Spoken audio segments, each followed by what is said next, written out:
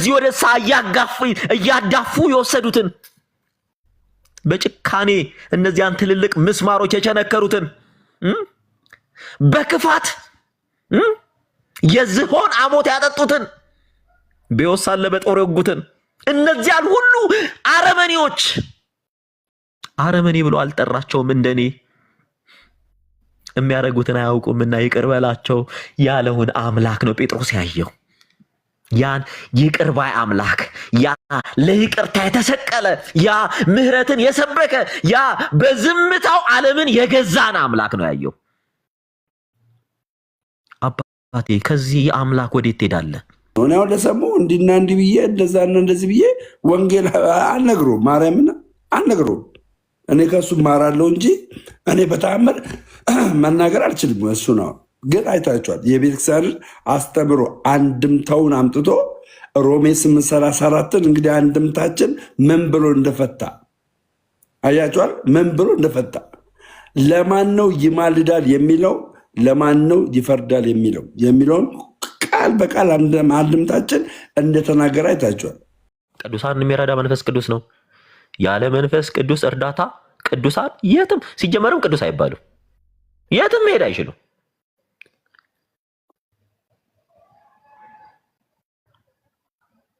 ወደ ቅዱሳን የሚመጣው ማን ነው? መንፈስ ቅዱስ ነው። የሚረዳቸው ማን ነው? መንፈስ ቅዱስ ነው። ከአንድ ቦታ ወደ አንድ ቦታ የሚመራቸው መንፈስ ቅዱስ ነው። ይሄን አይተናል። ፊልጶስን አይተነዋል። መንፈስ ቅዱስ ነጥቁ ኢትዮጵያዊ ጃንደረባ ጋር ሲያመጣው ኢትዮጵያዊ ጃንደረባ ጋር የመጣው ፊልጶስ ከሰባ ሁለቱ አርድእት አንዱ የሆነው ፊልጶስ ነው። የኢሳያስ መጽሐፍን እንዴት ብትን አድርጎ የምታነበውን ታውቀዋለህን ያለው ማን? ለፊልጶስ የገለጠለት መንፈስ ቅዱስ ነው። ትሁት ኢትዮጵያ ይዛ ጋር ታያላችሁ። ኢትዮጵያን ትሁቶች ናቸው የሚባለው ለዚህ ነው። ትሁት ነበረ ይነግረኝ ሳይ ነው።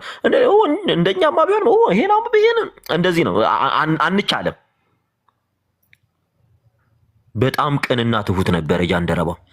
ሚነግረኝ ሳይኖር እንዴት ላውቀው እችላለሁ ነው ያለው። ኢየሩሳሌም የሄደው እኮ ሊሰግድ ነው። በደንብ አስተውሉ። ሊሰግድ የሄደ ሰው የኢሳያስን መጽሐፍ የትንቢት መጽሐፍ እያነበበ ተቢተኛ ነበር። በጣም ከየት ነው የመጣው? ሰሙዬ ከየት ነው የመጣው? ከኢትዮጵያ ነው። ከኢየሩሳሌም። አዎ ከጃንደረባ ከኢትዮጵያ ኢየሩሳሌም፣ ከኢየሩሳሌም እየተመለሰ ነው። ጋዛ ሰርጥ ላይ ተገናኙ። እንግዲህ ኢትዮጵያ ምን ያክል የሃይማኖት ሀገር እንደሆነች ማሳያ ነው እኮ ይሄ ጃንደረባ። ምን ያክል ቀጥሎ ወንድሜ በደንብ ክሊር የምናደርግላችሁ ፊልጶስን የመራው ማን ነው? መንፈስ ቅዱስ ነው። እኔ አደራ ምላችሁ ይሄ መንፈስ ቅዱስ እንዲጠቀምብን እባካችሁን ጸልይ። የእውነት ነው ስንናገር በዚህ ይህ መንፈስ ቅዱስ መርቶን እንድንናገር ሰውን ወደ ህይወት የምናሻገር እንጂ ለሰው ለሞቱ ጉድጓድ የምንቆፍር እንዳንሆን ይህ የእግዚአብሔር መንፈስ እንዲረዳን እንዲያግዘን ቅዱሳን እንደረዳ እባካችሁን ጸልይ። እንዲህ ይላል ይላችሁ። ምን ይላል መሰላችሁ? አንደኛ ነገሥት ምዕራፍ 18 ቁጥር 12 ላይ እንዲህ ይላል፣ እኔም ካንተ ጥቂት ራቅ ስል የእግዚአብሔር መንፈስ አንስቶ ወደማላውቀው ስፍራ ይወስድሃል።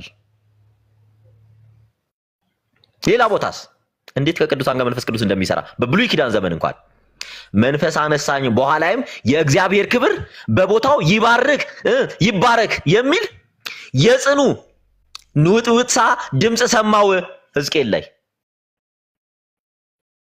በብሉይ ኪዳን ዘመን ከቅዱሳኑ ጋር መንፈስ ቅዱስ እንዴት እንደሚሰራ መንፈስም በምድርና በሰማይ መካከል አነሳኝ፣ በእግዚአብሔርም ራእይ ወደ ኢየሩሳሌም አመጣኝ እያለ ሕዝቅኤል ላይ ተጠቅሷል። በመንፈስ ወደ ታላቅ ወደ ረጅም ተራራ ወሰደኝ ራእይ ላይ፣ በመንፈስ ወደ በረሃ ወሰደኝ ራእይ ላይ እዚሁ ላይ። ስለዚህ መንፈስ ቅዱስ በህይወታችን ያለው አገልግሎት ይህ ነው። ከዚያ ይቀጥላል። እግዚአብሔር ለሚወዱት እንደ ሐሳቡም ለተጠሩት ነገር ሁሉ ለበጎ እንዲደረግ እናውቃለን ካለ በኋላ ምን ይላል መሰላችሁ? ቁጥር 28 ይቀጥላል። ልጁ በብዙ ወንድሞች መካከል በኩር ይሆን ዘንድ ይላል አስቀድሞ ያወቃቸውን የልጁን መልክ እንዲመስሉ አስቀድሞ ደግሞ ወስኗቸዋልና ካለ በኋላ በደንብ ይዩት። አስቀድሞ የወሰናቸውን እነዚህን ደግሞ ጠራቸው፣ የጠራቸውንም እነዚህን ደግሞ ምን አለጋቸው? አጸደቃቸው፣ ያጸደቃቸውን እነዚህን ደግሞ አከበራቸው። በደንብ አስተውሉ።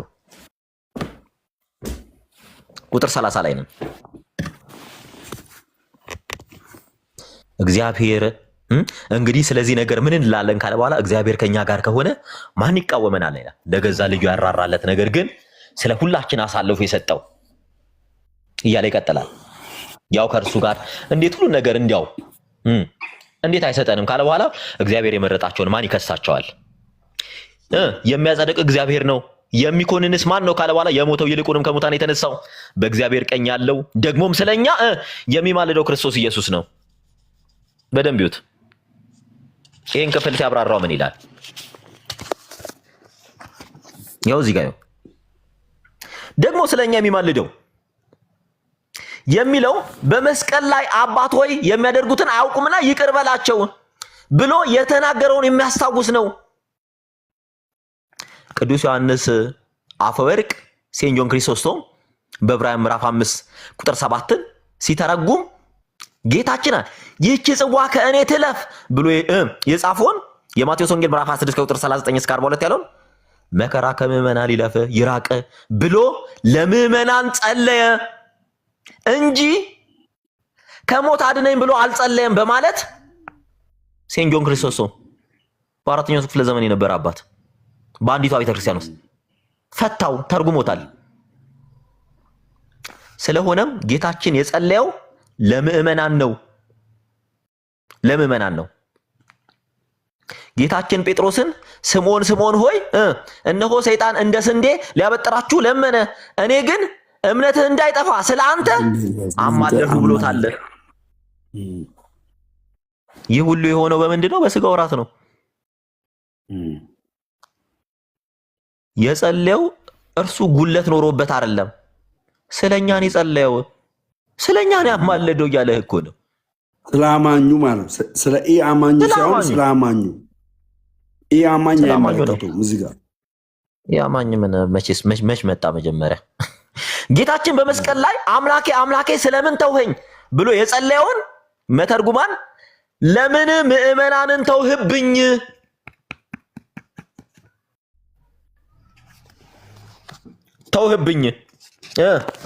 ማለት ነው ብለው ተርጉመውታል።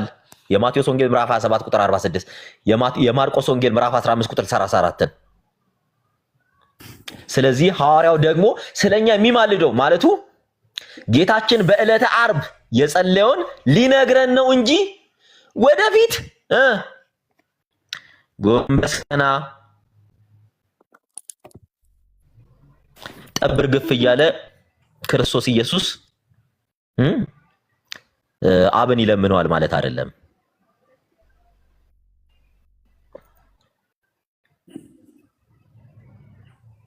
በደንብ አስተውሉ። ይህ ሁሉ በስጋው ወራት ስለተደረገው ነገር ነው።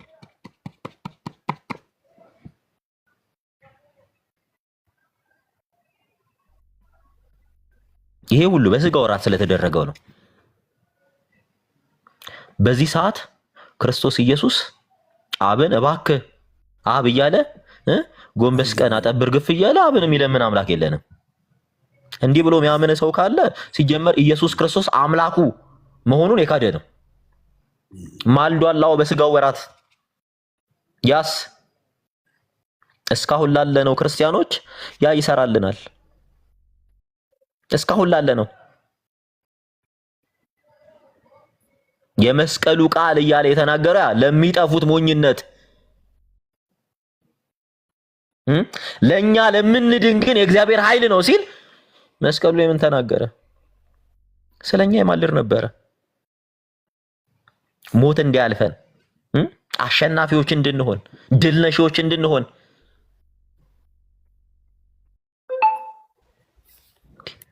እና አንዳንድ ጊዜ ብዙ ሰዎች እኔ በጣም እዚህ ንጽጽር ላይ ያላችሁ ሰዎች ፕሊስ ይሄ ከጭቅጭቅ ውጡና ብዙዎቻችሁ እኚህን መጽሐፍ ታነባላችሁ። መጽሐፎቹን ገዝታችሁ በየቤታችሁ አለ። ሁላችሁም ይሄን ትምህርት ትቀበላላችሁ። ሁላችሁ አንድ ሰው አልቀበልም የሚል ሰው ካለ መቶ ከኔ ጋር ይሞግት። ስለምንተዋወቅ ማለት ነው። ያዝ እንግዲህ ቻው። መታችሁ አትጨቃጨቁ። እዚህ ጋር የሆነ ግሩፕ ለማስደሰት የሆነ በቃ መጽሐፍ ቅዱስ የሚለው ይሄ ነው። ይሄ መጽሐፍ የስብሐት አዳምጤን የጳውሎስን መልእክታት ትርጓሜውን ገዝቶ የማያነብ ንጽጽር ሰሪ የለም። ሁሉም ይሄን ያነባሉ። ይሄው ይሄ መጽሐፍ ይሁት የቅዱስ ጳውሎስ መልእክት ከሮሜ እስከ ገላትያ ትርጓሜ ነው። በነገራችን ላይ ሌላ መጽሐፍ አይደለም የምናወራው። አንዳንድ ጊዜ እውነትን እውነት እያለን እንሂድ። በምንስማባቸው ፖይንቶች ላይ ሚዲያ ላይ ወተን ይሄ ኮይን ለመሰብሰብ ይሄ ሳንቲ ለመለቃቀም ሽምጥጥ አርጋችሁ የምሬ ነው። እዚህ ቦታ የሆነ ሲጨቃጨቅ እዛ ቦታ የሆነ ቦታ ያምንና ይመጣና የሆነ ቤት ሲጠየቅ ደግሞ ሌላ ሐሳብ ያወራል። የሆነ ቤት ወዳጄ በእናትህ ይሄ ሃይማኖት ነው። ይሄው ወንጌል አማኝ የሚያምነው ይሄን ነው። ከዚህ ውጭ እምነት አለው? ይሄ ነው ትምህርቱ። በነገራችን ላይ ይሄኛው አንድምታ እንግዲህ ከሮሜ እስከ ገላትያ የተጻፈ አንድምታ ነው። በኢትዮጵያ ኦርቶዶክስ ተዋሕዶ ቤተክርስቲያን የተጻፈ አንድምታ ነው አለ። የአዲስ ኪዳን መምህር የሆኑ ስብሐት አዳምጤ በነገራችን ላይ ማወቅ ለምትፈልጉ ሰዎች በጠቅላላ ወንጌላውያን አማኝን ክሪስቶሎጂና ትሪኒቲን ያስተምሩ የነበሩ የኦርቶዶክስ መምህራን ነበሩ። በቴዎሎጂ ኮሌጅ ሳይቀር ገስ እየሆኑ በየቴዎሎጂ ኮሌጆቻችሁ ጠይቁ። መተህ ትምህርተ ስላሴ ላይና ስጋዊ ላይ መተህ አትጨቃጨቅ። አጀንዳ እየፈጠርክ ታምናለህ። አረ እኔ እንዲህ አላምንም። የግድ ታምናለህ። አረ እኔ እንዲህ አላምንም። አንተ እንዲህ ታምናለህ። እኔ አላምንም ይላል። እንዲህ ጭቅጭቅ። እንዲህ እኔ አላምንም ካልኩ ደስ ሊል ይገባል እንጂ ልጨቀጨቀኝ ይገባል እንዴ? እንዳላምን አይደል የምትፈልገው? አላምንም ካልኩ እኮ ዞር ማለት ነው። ይሄን እውነት ተቀበል ብለህ ማለት አላምንም እያለው ስግጥ ብሎ ታምናለህ እንዲህ ትላለህ። የእውነት ግቡና ዲቤት። እኔ በጣም የሚሰለችኝ ብዙ ጊዜ ዲቤት ለዚህ ነው። በቃ በጣም ነው የሚሰለቸው። አንድ ሰው ለማዳን ዲቤት አድርጉ። ሰውን ወደ እግዚአብሔር ለመጥራት ዲቤት አድርጉ። ነፍሳት እንዲድኑ ዲቤት አድርጉ። የእውነቴን ነው ብላችሁ ቤዛችሁ እውነት ይሁን። እኔ አንድ ሙስሊም ኢየሱስ ክርስቶስ አምላክ እንደሆነ አምናለሁ ቢለኝ ደስ ነው የሚለኝ። ቀጣይ ስቴፕ አይከብድልኝም ማለት ለእርሱ ቀጣይ ስቴፕን ለመናገር ኢየሱስ ክርስቶስ አምላክ አይደለም ቢለኝ አረ አምላክማ ነው ብዬ ላብራራለት። አምላክ ነው ብሎ ከመጣ ወልከም በቃ እኔ ጋር ያለውን እውነት ሞር እውቀቱ እንዲሰፋ ኤላቦሬት እያደረገ እንዲሄድ እኔ ጋር ያለኝን የኔን ፍሬ ሰጠዋለሁ። ቲክታክ ግቡና እዩ። የሆነ ሐሳብ ይነሳና እኛ እኮ እንዲያናምንም ሲል ታምናለህ። ይሄው እዚህ ጋር እንዲታ እንዴ እኛ የምንፈልገው ሰውየውን ነው ወይንስ ሌላ ነገር ነው? አይሆን አንዳንድ ጊዜ ምን እንደምንፈልጉላ አናውቅም። እባካችሁ ይሄ ሃይማኖት ነው። የአሸናፊ ተሸናፊ ወንጌል የለም። ይህ ወንጌል ህዝብን ለክርስቶስ ሪክሩት ማድረጊያ ነው። ህዝብን ወደ ክርስቶስ ማቅረቢያ ነው። ወደ እግዚአብሔር መንግስት ማምጫ ነው። በኢየሱስ አምላክነት አምናለሁ ላለ ሰው አታምንም ብዬ አልሞግተውም። ዳስ ጉድ ጥሩ ነው። ካመንክ ቀጣዩ ስቴፕ ምንድን ነው? ሞር ስለ ኢየሱስ እንድትል ማገዱ አልፈጅም ማለት ነው። አላምንም ብለህ ብትመጣ አምላክ መሆኑን እየነገርኩ ጊዜ ላባከን ይችላለሁ። አምናለሁ ያለን ሰው ቆመ ፍጥጥ አታምንም፣ አምናለሁ አታምንም እንዴ? ስለኔ ማመን አንተ ልትነግረኝ ነው? ልትመሰክርልኝ ነው? እኔ አምናለሁ ካልኩ አንዳንድ ሰዎች ልብና ኩላሊትን መርማሪ የሆናችሁ እግዚአብሔር የሆናችሁ ይመስላችኋል። የእውነቴን ነው። ዲቤቶቻችሁን አስተካክሉ። የምትፈልጉት ሰውን እንዲያምንላችሁ ነው አይደለ? እንድትቀበሉት ነው አይደለ? በቃ ከተቀበለልህ አንተ ጋር ያለውን የተሻለ ዕውቀት አስተምረው። የተሻለ ዕውቀት ሁሉ ጊዜ ስግጥ ብለህ እንዴ እኔ ልንገርህ፣ ኦርቶዶክስ ስለ ኢየሱስ እንትን አትልም፣ ስለ ስላሴ አታወራ የምትል ከሆነ የምታነበው መጽሐፍ ቅዱስ እየተረጎሙት ሙሉ በሙሉ ኦርቶዶክሶች ናቸው። በነገራችን ላይ ታውቃለህ ይሄን ሙሉ በሙሉ። እንዴት ኢየሱስን ማታቅ ቤተክርስቲያን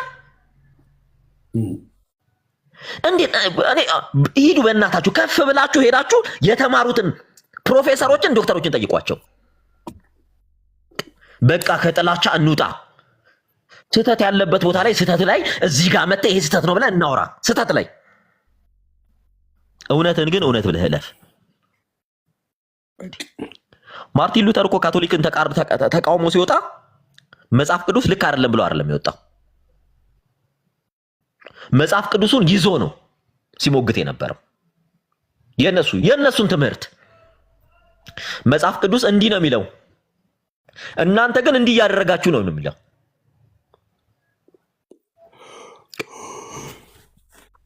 ማርቲን ሉተር ካቶሊክን ኢየሱስን አታምኝም ብሎ አልወጣም።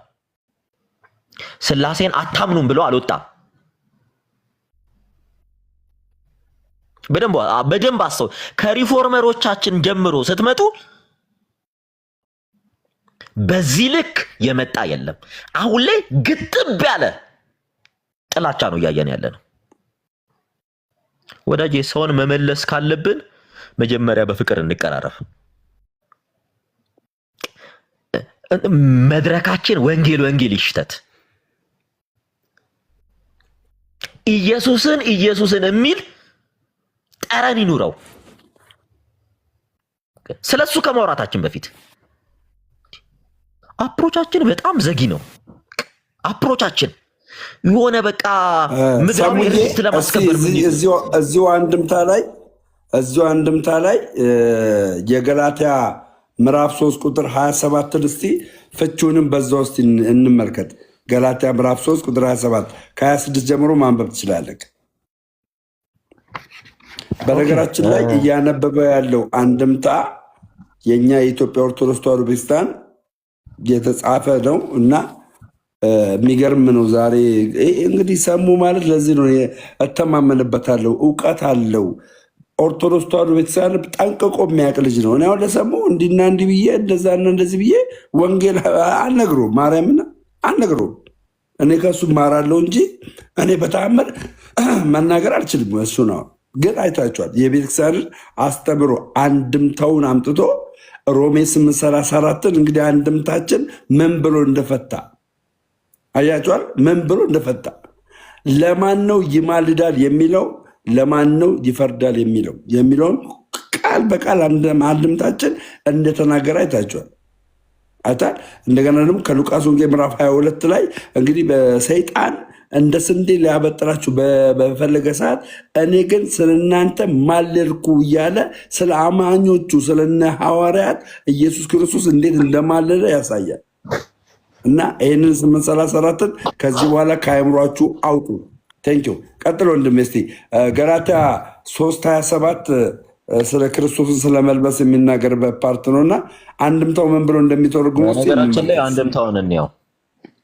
ከ26 ጀምሮ እንመልከተው። ሐሳቡ ከ26 በእምነት በኩል ሁላችሁ በክርስቶስ ኢየሱስ የእግዚአብሔር ልጆች ናችሁና ይላል። ይህን ሲል የእግዚአብሔር ልጆች የሆኑት በኢየሱስ ክርስቶስ ስላመኑ ነው። ምን የሆኑት? የእግዚአብሔር ልጆች የሆኑት በማን? በኢየሱስ ክርስቶስ ስላመኑ ነው። 4 ነጥብ። ለተቀበሉት ሁሉ በደንቢው ግን በስሙ ለሚያምኑት ለእነርሱ የእግዚአብሔር ልጆች የሆኑ ዘንድ ስልጣንን ሰጣቸው። 4 ነጥብ። 4 ነጥብ። ይሁት ዮሐንስ ወንጌል ምዕራፍ 1 ቁጥር 12 የእግዚአብሔር ልጆች መሆናችን ያ መንፈስ ራሱ ከመንፈሳችን ጋር ይመሰክራል። ሮሜ 8:16 ሜንሽን ያደርጋል። 16 በደንብ ይሁት ከክርስቶስ ጋር አንድ ትሆኑ ዘንድ የተጠመቃችሁ ሁሉ ክርስቶስን ለብሳችሁታል ሲል ምን ብሎ እንደሚፈታ በደንብ ተመልከቱ። ኢየሱስ ክርስቶስ በደንብ ኢየሱስ ክርስቶስን አግኝታችሁታል፣ የኢየሱስ ክርስቶስ ሆናችኋል፣ ኢየሱስ ክርስቶስን መስላችኋል ማለት ነው። 4 ነጥብ። ለብሳችሁታል ማለቱ በደንብ ለብሳችሁታል ማለቱ ልብስ ከአካል እንደማይለይ ሁሉ ክርስቶስም አይለያችሁም ወይም ከክርስቶስ አትለዩም ለማለት ነው። ሮሜ 13:14ን ሮሜ 6:3ን ይሄን አነጻጽራችሁ እዩት ነው የሚለው በደንብ ይው። ስለዚህ የግሪክ ሰው የለም። ስለዚህ ይሄንን ክፍል ስታዩ አንዳንድ ጊዜ ምን አለ መሰለህ፣ ቆይ አንድ ሐሳብ ልጨርስ። ይሄን ክፍል ስታዩ አንዳንዴ ራሽናል እየሆንን እንሂድ፣ ራሽናል እየሆንን እንሂድ። ስህተትን ስህተት መሆኑን በፍቅር ማንገልጥ ከሆነ እውነትን በእውነት መሆኑን በፍቅር እንድንግባባ ማናወራ ከሆነ ዳስ ዲፊከልት። ማን ወደ ማን ይምጣ? ለነማን ነው ወንጌል የሚሰበከው? ታች ላሉት አይደለ? ታች ላሉት ወንጌልን እንድንሰብክ ኮሚትመንት ያስፈልጋል። በተቻለን መጠን ክርስቲያንን ነው፣ በተቻለን መጠን ክርስቶስን እናስበው። እባካችሁ በተቻለን መጠን ለቃሉ እንቅና። ለወደደን ለመረጠን አምላክ እባካችሁ ታማኝ እንሁን። ቤቱ ስንገባ ቢቻለን የሚሰድበን እንኳን ቢኖር እየመረቅነው እንሂድ። ለሚገፉን ለሚያሳድዱን እንጸልይ። ክርስቲያን ነን አይደል? የክርስቶስ ነን አይደል? ለገዳዮቹ ምህረትና ይቅርታን የለመነ አምላክ ነው ያለን። እኔን ምሰሉ ሲለን በዚህ ልክ ነው እኔን ምሰሉ ያለው። ሆን ብለን ለመጣላት ሆን ብለን ለመጋጨት እንዴ ሌላ 2 ርስት አለ እንዴ? 2 መንግስተ ሰማያት አለ እንዴ? በአባቴ ቤት እኮ ብዙ መኖሪያ ያለ ነው ያለው። እሄዳለሁ፣ ስፍራንም ላዘጋጅላችሁ እሄዳለሁ። በዚያ በአባቴ ቤት ብዙ መኖሪያ አለ። ለማንም የማይጠብ መኖሪያ ነው ያለው በአባቱ ቤት። ወዳጄ ሰውን የምትገፋበት ቤት አይደለም በሰማይ ያለው። ብዙዎችን ወደ ክርስቶስ መስጠት ብርሃናችሁ በሰው ፊት ሁሉ የበራ ይሁን እያለ ለምን ሰውን እየሰደብክ ጨለማን እንዲያይ ታደርገዋለህ? ለምን ወንድምህን እየገፋኸው እያስለቀስከው እያሰቃየኸው ስሜቱን እየነካ ሞራሉን እየነካ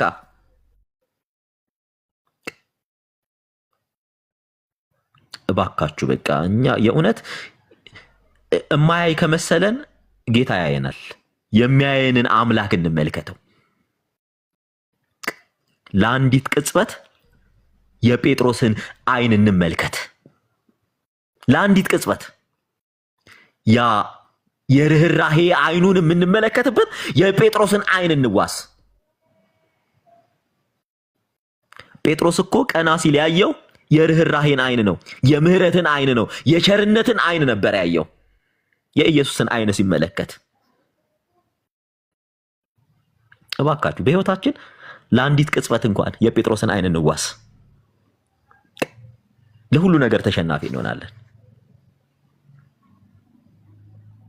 በኃጢአት ላይ እንነግሳለን። በእውነት ኃጢአት አይጫወትብንም። የጴጥሮስን አይን መዋስ ስላቃተን ነው ዛሬ ኃጢአት የሚጨፍርብን። ክርስቲያንን ስንል ክርስቲያን አይደለንም። አምኗል ስንባል በቃ እየተሰዳደብን ነው። ቅዱስ ናቸው ስንባል ርኩሰት ቦታ እንገኛለን። እና እኔ ጥሪ የምን መሰላችሁ? ለአንዲት ደቂቃ የጴጥሮስን አይን እንዋስ። ያ የኢየሱስን አይን ያ በደም ውስጥ የተጠመቀ ለእርሱ የተከፈለን ዋጋ የሚያይ የፍቅርን ጥግ ስለሚመሰክሩ እነዚያ በስቃይ ውስጥ እንኳን ስለ ሰዎች ልጆች ምህረት፣ ይቅርታ፣ ቸርነት የተከፈቱ እነዚያ አይኖችን መከራችንን ተቀብሎ እየካር ነው በምህረትና በስስት ያየን ነበረ። ጴጥሮስ ያንን አይኑን የተመለከተው ዶሮ ሳይጮህ 3 ጊዜ ትክደኛለህ ብሎት አልነበረ? ዶሮ ሳይጮህ 3 ጊዜ ትክደኛለህ ብሎት ነበረ። ያን የምህረት አይንን ያየው ጴጥሮስ አልገፋሁህም እኮ ትናንትና ነግሬሃለሁ፣ አልቀየምህም ና ልጄ እያለ የሚጣራ አይን እንደ ሰው ፊትህን አይደለም ውስጥህ ድረስ ዘልቆ የሚያይ አይን ያ የክርስቶስ ኢየሱስን አይን ለአንድ ደቂቃ እንመልከት። ከዛስ ያን አይን ስንመለከት እነማንን ይቅር እንዳለ በአእምሮአችን መሳል ይጀምራል። የገረፉትን፣ አሳልፈው የሰጡትን፣ የወጉትን፣ አጥንቱ እስኪታይ ገርፈው እርጥብ መስቀል የጫኑበትን፣ ምራቃቸውን ጢቅ አድርገው የተፉበትን 800 ሜትር ድረስ እርጥብ መስቀል ቁስሉ ላይ አጥንቱ ላይ አስቀምጠውበት ከዚህ ወደ እያዳፉ የወሰዱትን በጭካኔ እነዚያን ትልልቅ ምስማሮች የቸነከሩትን በክፋት የዝሆን አሞት ያጠጡትን በወሳለ በጦር የወጉትን እነዚያን ሁሉ አረመኔዎች አረመኔ ብሎ አልጠራቸውም። እንደኔ የሚያደርጉትን አያውቁምና ይቅር በላቸው ያለውን አምላክ ነው ጴጥሮስ ያየው። ያን ይቅር ባይ አምላክ፣ ያ ለይቅርታ የተሰቀለ፣ ያ ምህረትን የሰበከ፣ ያ በዝምታው ዓለምን የገዛን አምላክ ነው ያየው። አባቴ ከዚህ አምላክ ወዴት ትሄዳለህ? እውነት ክርስቲያን ነህ? ይሄን አምላክ ያው ስለሚሞቱት ስለሚጠፉት አልቅስ። የሚሞቱ የሚጠፉትን አትስደባቸው፣ አትንቀፋቸው። ቸርነት ወደ አንተ አቅርባቸው። እባክህ የፍቅር አምላክ ዓለምን የማረከው በድብድብ በጦርነት በስድብ አይደለም፣ በዝምታ ውስጥ ነው ዓለምን የራሱ አድርጎ የማረከው።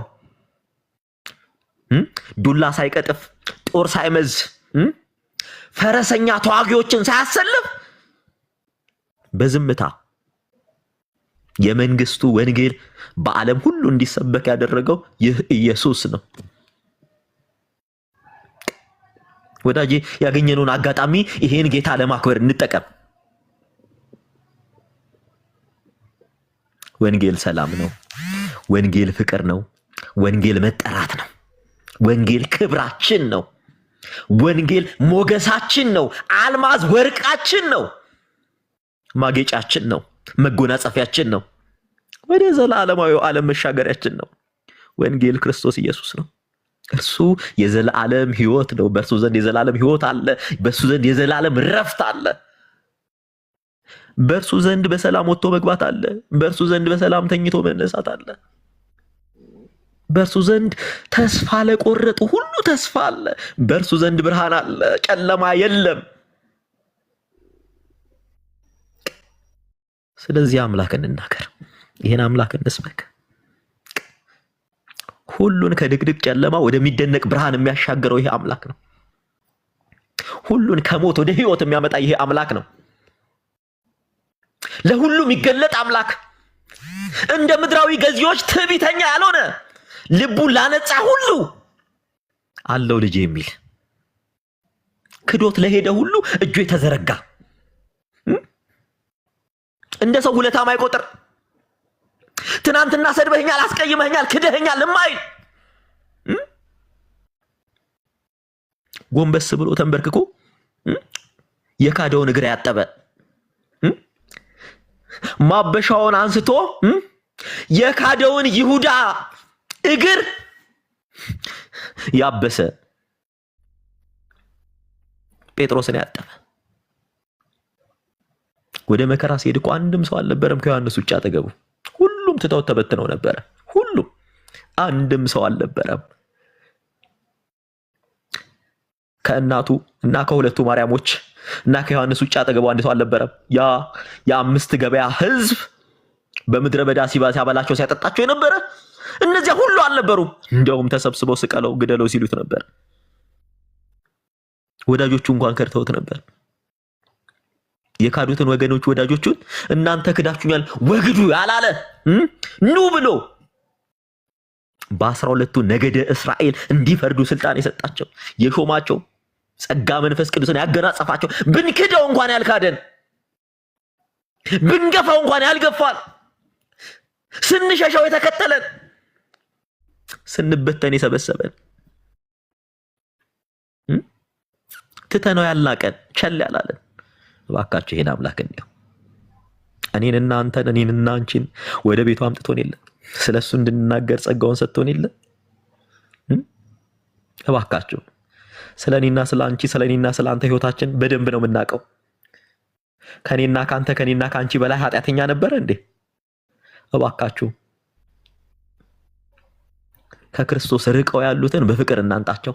ዛሬ ከመንፈሳውያን ቤት ይልቅ ዛሬ ዓለማውያን ቤቶች ተመራጭ እየሆኑ ነው። ውሽ ተብለው ሰው መንፈሳዊ ነገር ሳይ ስክሮል እያደረገ እያለፈ ነው። እባካችሁ የመንፈስ ፍሬያችን እየተነጠቀ ነው። በገዛ እጃችን መንፈስ ቅዱስን እያሰደብን ነው። ጸጋ መንፈስ ቅዱስ ከኛ እንዲርቅ እያደረገን ነው። እባካችሁ በፍቅር እንሰብሰብ። የልጁ የኢየሱስ ክርስቶስ ጸጋና ሰላም ከሁላችን ጋር ይሁን። እግዚአብሔር በእውነት ላይ ያጽናን። እግዚአብሔር መንፈስ ቅዱስ ይደግፈን። በእውነት የምንሞትበት የምንጠፋበት ሳይሆን የምንሻገርበት ዘለዓለማዊ የምንሆንበት እግዚአብሔር አምላክ የልጁን ክብር በእኛ ላይ ይግለጥ። እግዚአብሔር መንፈስ ቅዱስ በህይወታችን በእኛ ላይ ይስራ። እግዚአብሔር ይስጥልን። ወንድሜ ደምረው በጣም ነው የምወድ፣ በጣም ነው ማከብረ። የመዳን ቀን ዛሬ ናት፣ እሷም አሁን ናት። ሁላችንም ወደ እግዚአብሔር እንመለስ። ታንኪዩ